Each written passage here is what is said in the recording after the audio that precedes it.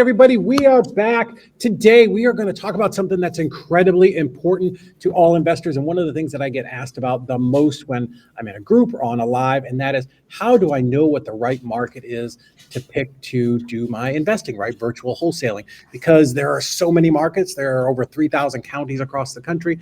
Where is the best place to spend your time and your ad dollars and your efforts so that you can get the maximum amount out of it and get the biggest assignment fee? So today, my good friend Burton from PropStream, we are going to take a look at that. Yes. All right. Yes, we are. I think it's actually a really important topic, to be honest with you, because it really, you can't just park your money anywhere, right? Like, you're trying to get the best bang for your buck. And data could really help you. I think data, it's a story. Data can tell a story as long as you're listening. You'll know exactly where to park your money. So I think this is an awesome topic. Thanks for having me, David. No, awesome. Always glad to have you. Such a wealth of knowledge. I think it's very important to make sure that people understand, marketing it's just a big funnel, right? And if you want, watermelons to come out the bottom, you can't put grapefruits in. So one of the things that we have always talked about and preached is start with the end in mind. And I think that's what we're going to do today, is in order to go out and find the best sellers that will have the types of properties that your buyers want to buy, we have to first figure out what it is that your buyers are looking for. And we can definitely do that with PropStream and the data. Yeah, absolutely. We can. And I have some things I like to show. Maybe you guys can take home with you today and implement it and start going in different markets or even your own market and see the hot areas, essentially. So ready when you are, man. Cool. Do you want to share your screen? The little button. I'd love to. Yeah. Let me get the screen up here for you guys. Super. All right. There we go. So if you want to project that, and then I can show you, I would say, two ways. We'll talk about the first way first. And if you want to see the second one, I'll leave that up to David. But when it comes to finding a hot market, David actually just said it right a few moments ago. You definitely want to make sure you're thinking about reverse engineering, right? So think about the end and the start. What we're talking about is the buyer. So there is this statement out there. I don't know who came up with it, but you guys have heard it. It's called follow the money. And that's something I want you to kind of hone in on today. So here's how I would reverse engineer and find out if a market is hot or where in that market are the hot points. The first thing I would recommend is identify a city you might be interested in. So, David, give me a city, please. Let's do Chattanooga, Tennessee, because that's where I'm at. Chattanooga, Tennessee. Chattanooga. All right. So I go to Chattanooga, and obviously we're going to supply you with a lot of data. Am I spelling that right? I barely can see it. Chattanogg. Okay, so I am. It's just my slight lag here. So let me zoom in a little bit since you can barely see that. Chattanooga. There we go. So the first thing we want to do is pull up the market. And then, again, we don't want to dive into the data right away. We, again, want to understand what we're doing. So I just mentioned follow the money. So what we want to do is really just hone in on the data that's already there, right? There are buyers already buying. There are people that have been investing in this market for decades, some businesses that have probably been doing it for centuries. So why go against the grain, right? So let's just follow the money. Let's see how these investors and hedge funds and other companies are already parking their money. Let's just follow what they're doing. So here's how to do it. Pull up a city, in this case, Chattanooga, and then go into our filter. And what I want you to do is identify the real investors, right? So use our cash buyer transaction. What this means is these are all non-owner cash transactions. So not just any cash transaction, but non-owner occupied cash transactions, meaning this isn't someone who bought it in cash and now just moved in and they're going to live there for the rest of their life. This is like an investor. This is their second, third, fourth home that they bought in cash. So these guys are not, or girls are not playing. So this is the category you want to stick with. So as you can see, we have 18,000 addresses that were bought in the market of Chattanooga. But now what we want to do is we want to actually limit the time frame of when they bought. As you can see, some of these transactions could have been from this year. Right. As we go further down, it could have been a transaction from last year. There could even be transactions from about 10 years ago in here. And that's not what we want. So what we want is we want very recent transactions, right? We want to make sure these are people that have done their research and they have committed to parking their money in that given area. So we're not just looking for any cash buyers. What we're looking for are all the individuals and corporations that bought something very recently. So in fact, it's already been 5 months into the new year, so let's just start it at the beginning of the year. So we'll start at January 1st, 2025. So what we're doing here is we're looking for cash transactions starting this year only, and we're making sure they're individuals in corporate offices. And then the final thing we want to do is, because PropStream has so much data to prove a point here, we have single family and vacant land. There could be a commercial building in here as well. So we want to just make sure we rule out what we don't need. So all I'm looking for right now is not just any buyer, but a buyer that bought something in cash this year. It's either an individual corporate office, and they bought something residential. So residential, let's say single family or whatever type of property or asset you're looking to invest into. In this case, let's just stick with single family. But again, if you're watching, you can choose mobile home, you can do multifamily. We have all sorts of different options. You can even do vacant land if you'd like. But for right now, this is what my filters are.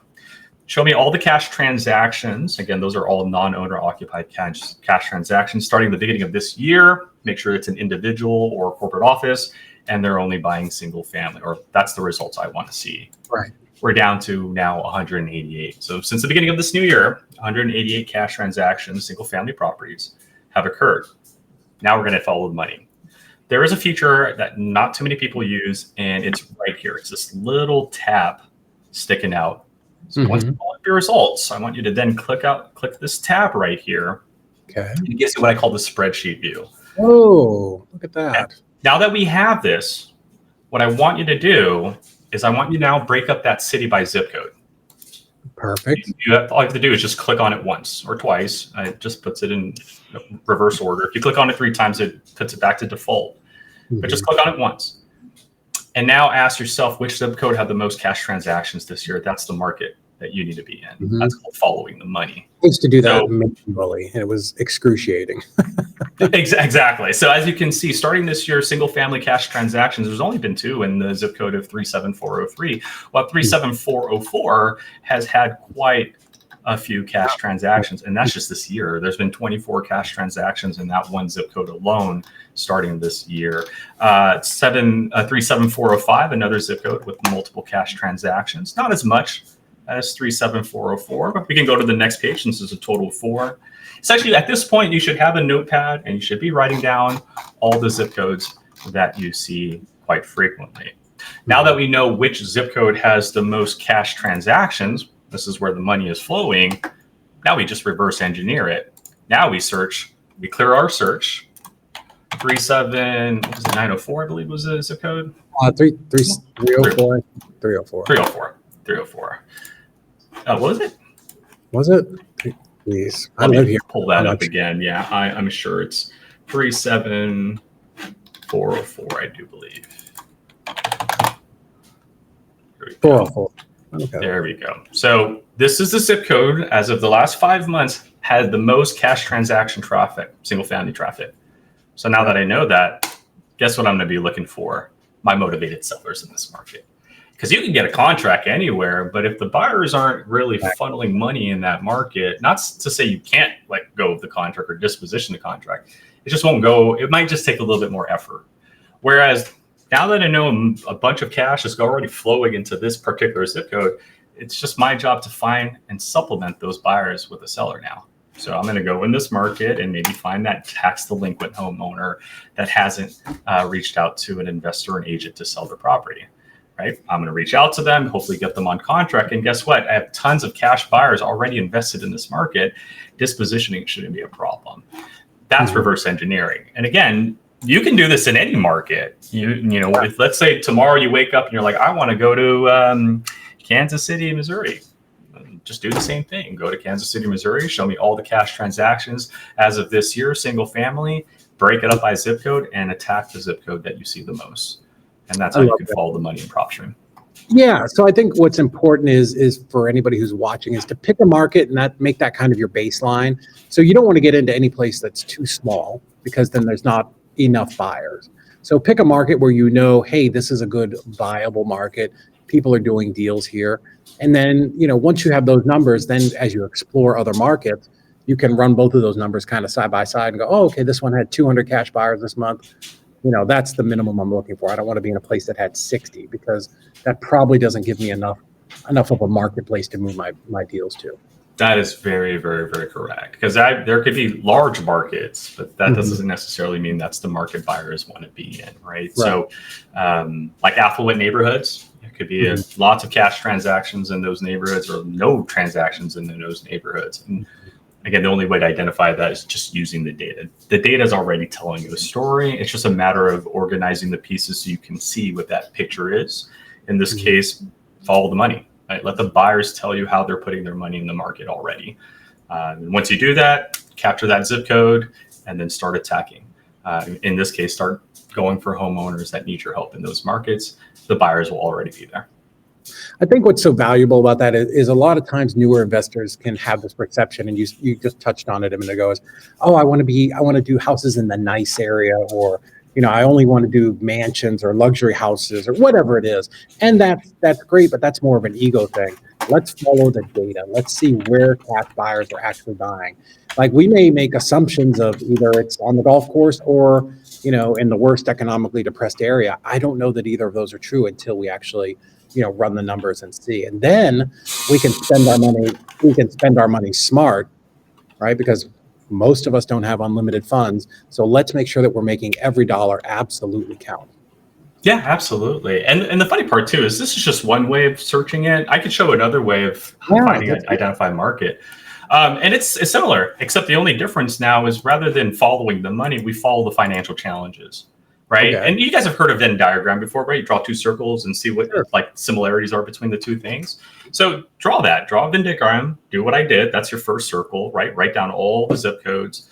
And then what I want you to do is search the same market, reset your filters, but this time look for a distress category. So in this case, show me all the tax delinquent or all the bankruptcies or pre-foreclosures, right? Find one where there's a lot of results. So show me all the tax delinquent properties that are, again, residential, single family, owned by an individual, because if I do reach out, I'd rather talk to a person. Yeah. Let's just make sure they've lived in here for a few years, like 5 years or more. And last but not least, let's make sure there's equity, right? No sense reaching out if there's no equity and we can't do what we got to do. So let's do 50%. So tax delinquent single family properties, 5 years of ownership with some equity. 2,300 results.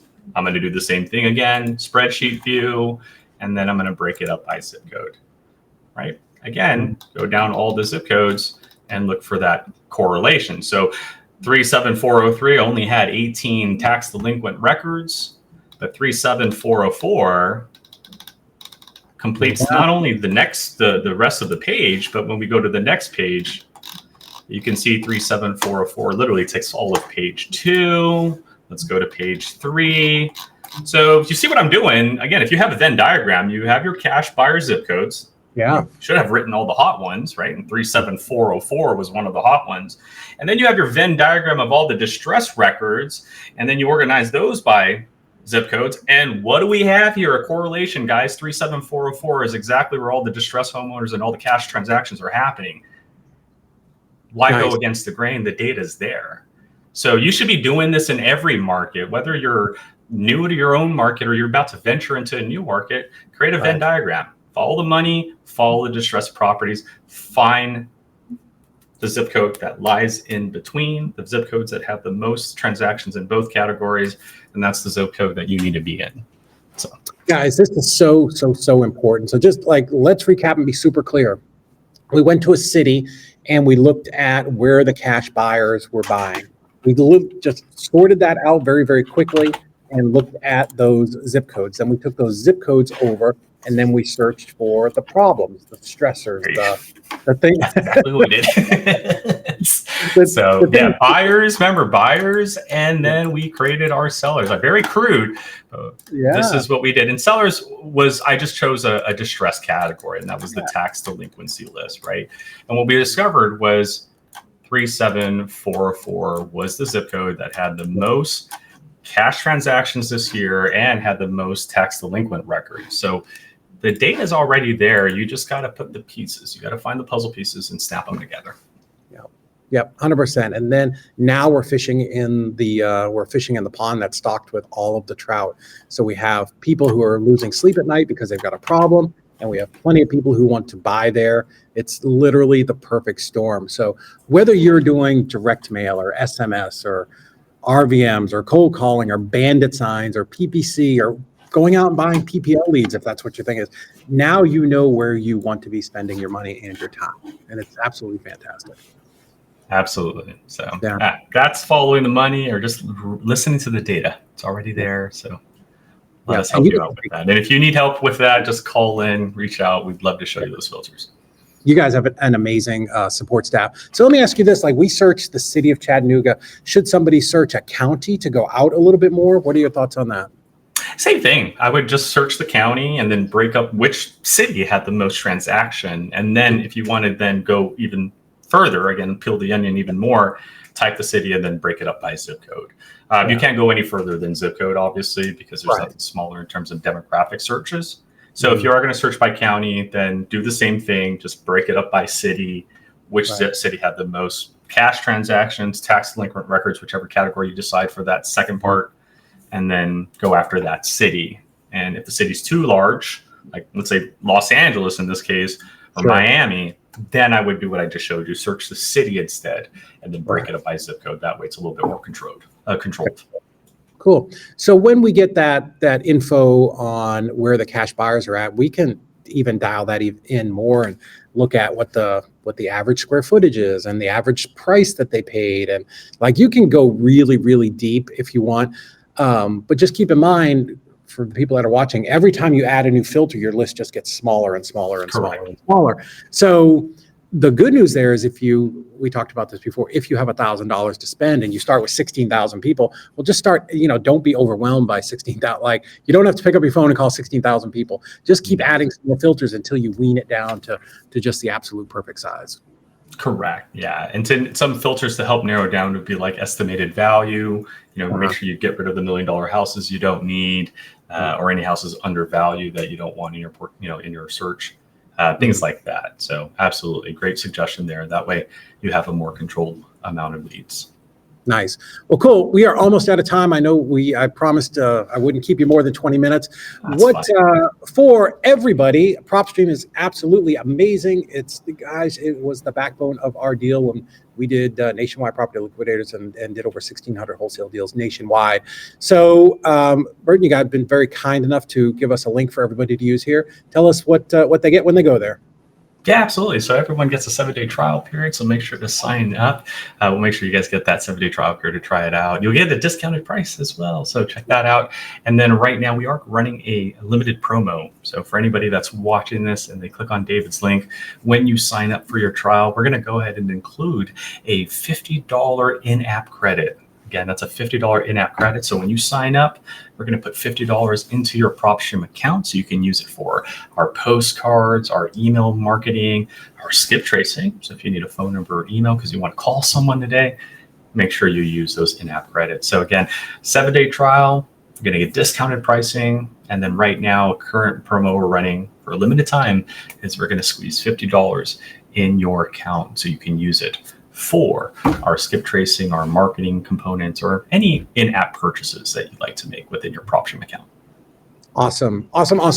Thank you so much, guys. This is just one video in a long series that we're going to be doing throughout the year.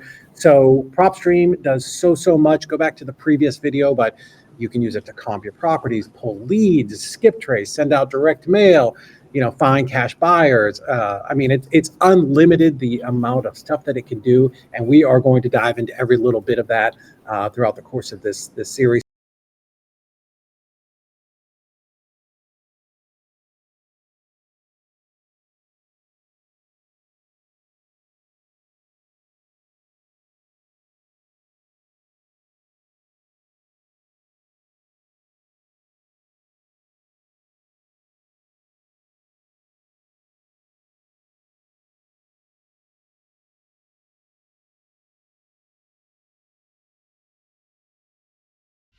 So Burton, thank you so much, man. I always appreciate spending time with you. I learn something every single time.